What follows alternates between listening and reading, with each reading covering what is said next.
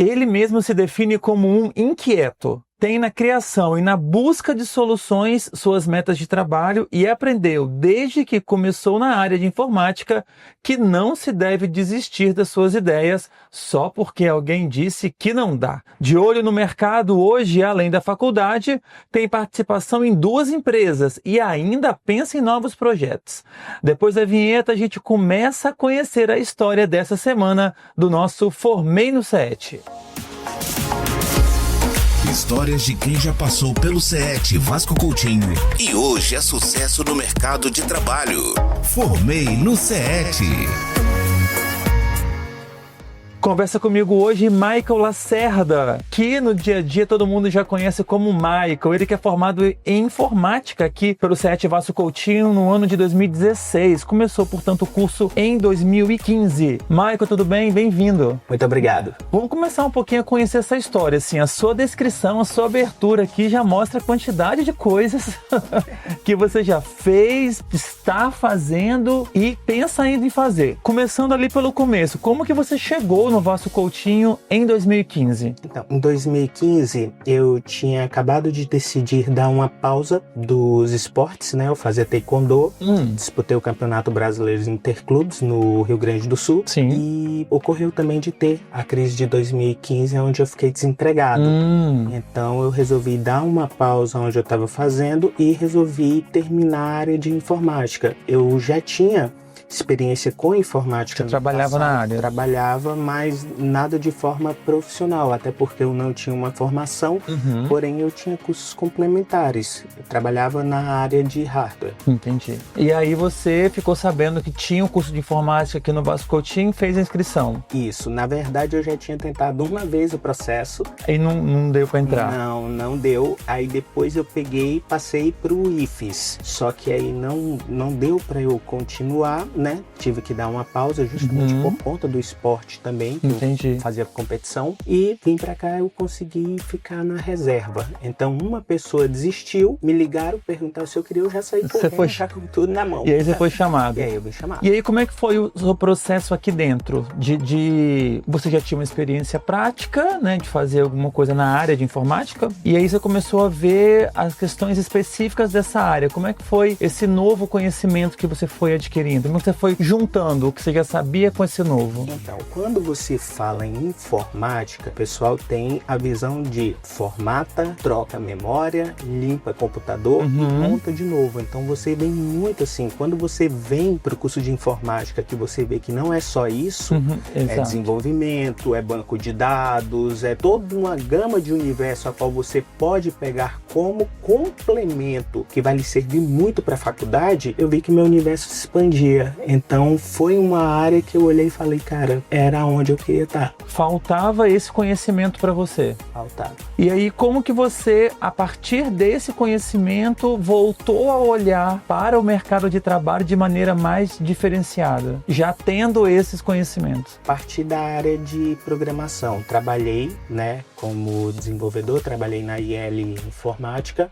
Como estágio? Como estágio ou já contratado? Não, já como programador júnior. Entendi. E depois disso eu tive uma oportunidade, né, de fazer um sistema para uma pessoa, e essa pessoa, ela me ofereceu participação. E aí eu vi que dava para crescer. Fiz o sistema, entreguei. Ainda estudando? Ainda enquanto estudante? Não, essa eu já tinha Já estava formado. E porque a gente chegou na área do empreendedorismo, né? Sim, claro. E depois eu vi que dava para eu montar a minha própria empresa, e eu fiz a primeira vez ela com 2 pessoas, né? A primeira vez, infelizmente não deu certo, né? A gente acabou não tendo êxito nessa primeira empresa, as 2 pessoas desistiram, só que eu não desisti, voltei a trabalhar novamente, voltei a arriscar meus projetos aos poucos, e eu tive uma oportunidade de crescer novamente, prestando serviço para uma empresa terceirizada, na época da Eletrobras, e tinha que ser PJ. Foi onde eu corri para abrir o meu CNPJ e começar a trabalhar novamente. E daí eu tive outro convite para trabalhar para uma empresa, ela fica na Holanda, o nome dela é Connection, né, fica na Europa, aonde eu também faço desenvolvimento para eles. Eu comecei dando manutenção no sistema legado deles e depois a gente desenvolveu um novo. Mas você continua com eles? Não.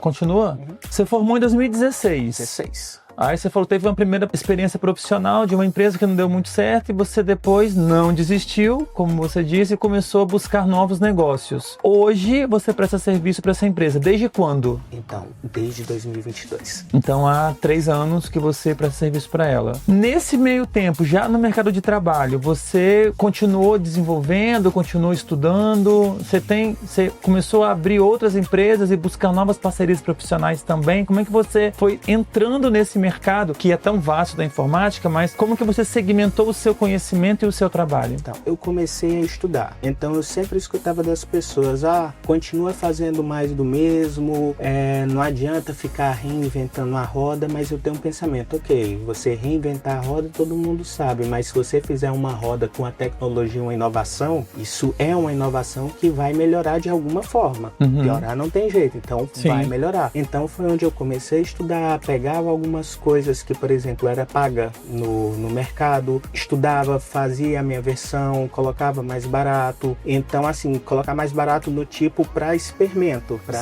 ver. Sim. E aí foi vindo outras ideias que eu estava tendo e eu comecei a escrever meus próprios projetos para fazer um lançamento no mercado. Ainda não tenho oficialmente um, mas tem 2 que está para estar em lançamento agora, né? E um terceiro eu citei na pauta, na conversa. Sim.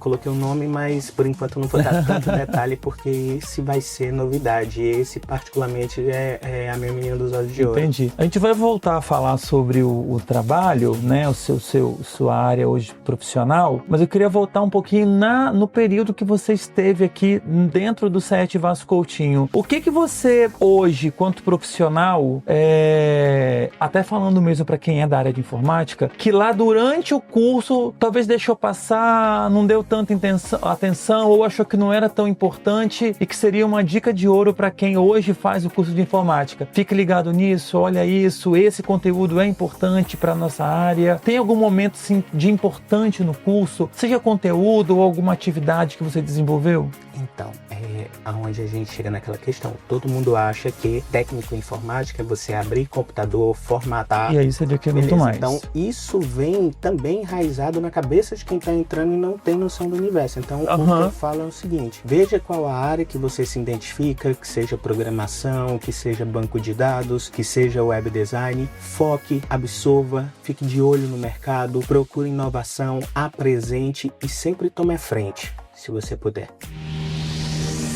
Eu me lembro.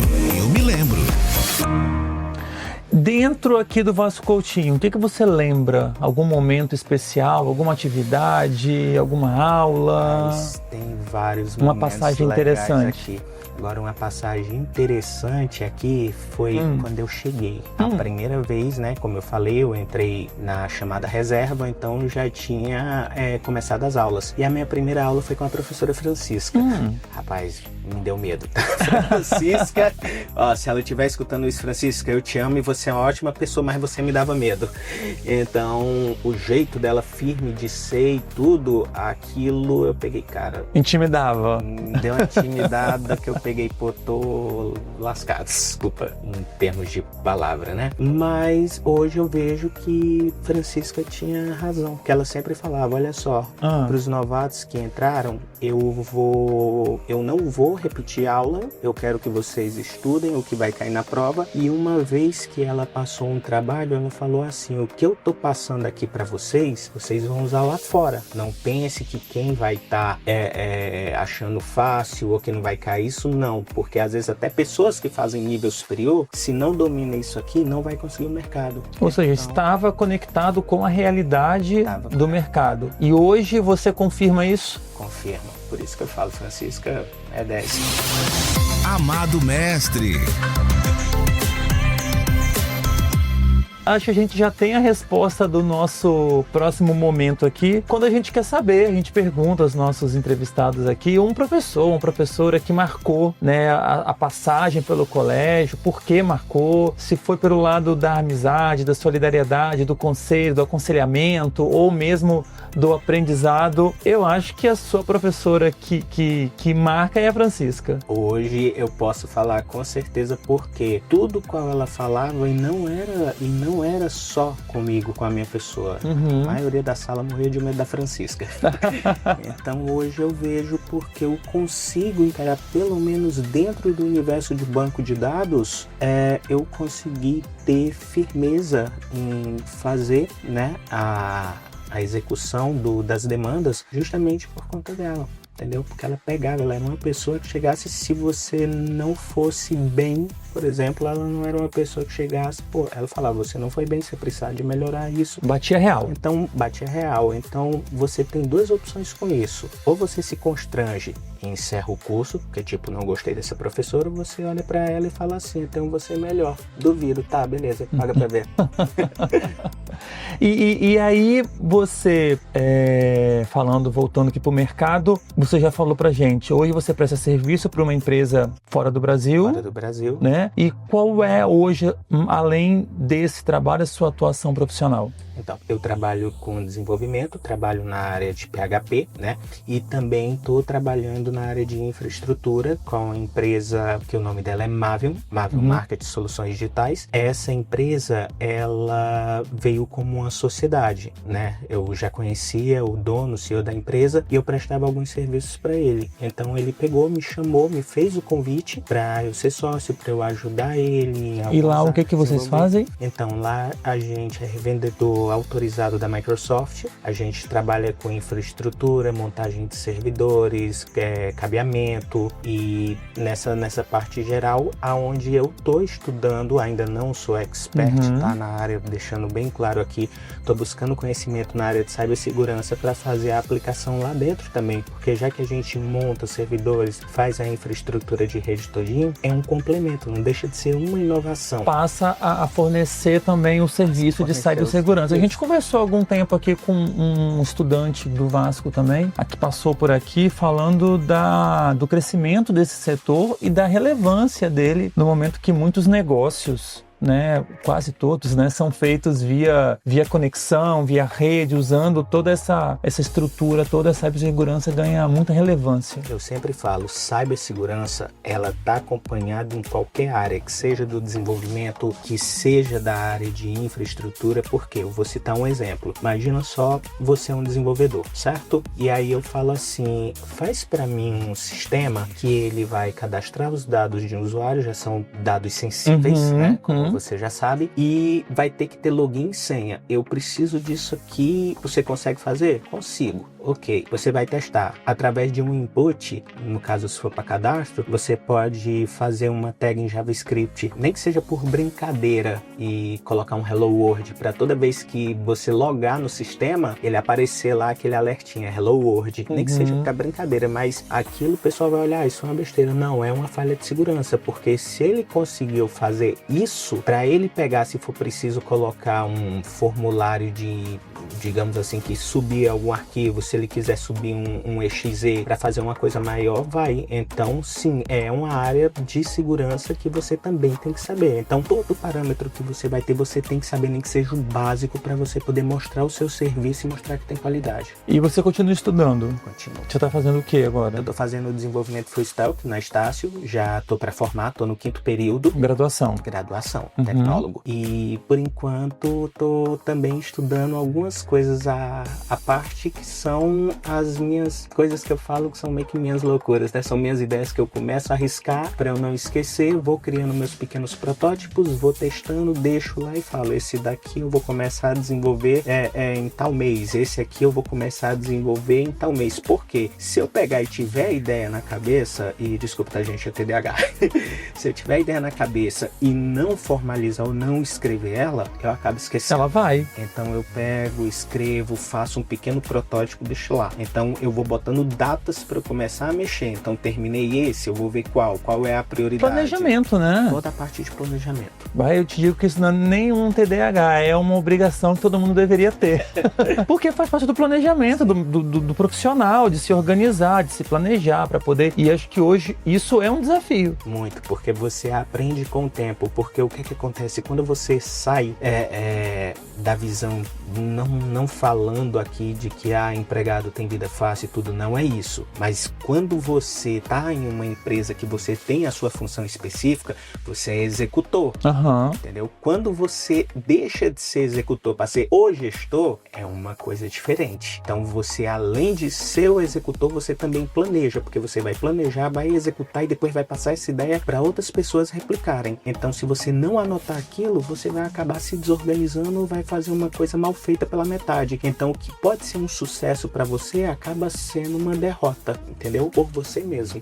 Agora olhando aqui a pauta aqui da entrevista que a produção preparou pra gente, você diz: o segredo não é saber tudo, é saber resolver problemas. Resolver problemas. Resume isso pra gente. Porque o que acontece? Vamos lá. Por que eu falo essa questão de não precisa saber tudo, mas precisa resolver problemas? Pelo desenvolvimento Full Stack. Você tem a sua área específica, uma linguagem mãe, né? Por exemplo, a minha é PHP, mas eu consigo dar manutenção em sistemas Java, Python, eu crio muito script em Python, então eu não preciso entender no total, mas eu preciso saber o suficiente para prestar um serviço de qualidade, saber fazer aquela execução. Então, se você tem a lógica, o pensamento computacional, a base de raciocínio para você resolver aquilo e falar, eu consigo resolver, tá ótimo. Alguma coisa você consegue oferecer. Sim. Ou dar um norte para o cliente, ou dar né? um norte. Michael, eu quero agradecer, a gente já chegou no final da nossa conversa, o papo bom passa rápido. Quero agradecer a sua presença aqui com a gente, ter vindo, né, no meio da sua rotina, do seu dia de trabalho, para conversar com a gente, para deixar essas dicas, essas orientações, né, um profissional que passou pelo Vasco, que hoje é gestor, é dono de empresas, entendeu a lógica de mercado, a parceria com outros profissionais e dá um parou, né, desse